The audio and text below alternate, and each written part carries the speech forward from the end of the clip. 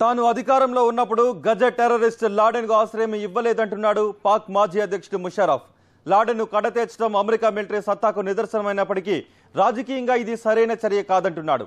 పాక్ సార్వభౌమత్వానికి ఇది భంగం కలిగించే విధానమని విమర్శిస్తున్నాడు.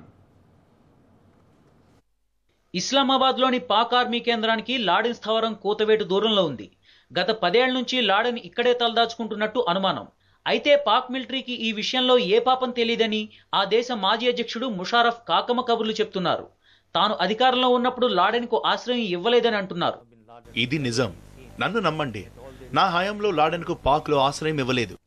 లాడెన్ను హతమార్చడంతో అమెరికా సైనిక సత్తా ప్రపంచానికి మరోసారి తెలిసిందని, అయితే రాజకీయంగా మాత్రం ఇది సరైన చర్య కాదని ముషర్రఫ్ అన్నారు. ముందస్తు సమాచారం ఇవ్వకుండా పాక్ భూభాగంలో అమెరికా దళాలు దాడి చేయడం దేశ సార్వభౌమత్వాన్ని దెబ్బతీయడమే అని విమర్శించారు. మిలిటరీ పరంగా చూస్తే ఇది చాలా గొప్ప విజయం, కానీ రాజకీయ పరంగా చాలా పెద్ద తప్పు. పాకిస్తాన్ సార్వభౌమత్వానికి భంగం కలిగించింది. ఇతర దేశాల సైన్యం పాక్ భూభాగాల్లో అడుగుపెడితే మా పౌరులకు తీవ్ర ఆగ్రహం వస్తుంది. ఈ చర్య మాకు చాలా బాధ కలిగించింది. లాడెన్ హతం కావడంతో ఆల్ ఖైదా అంతరించిపోతుందని అనుకోవడం భ్రమని ముషర్రఫ్ అన్నారు. మరిన్ని దాడులకు ఈ ఉగ్రవాద సంస్థ తెగబడే అవకాశం ఉందని హెచ్చరించారు.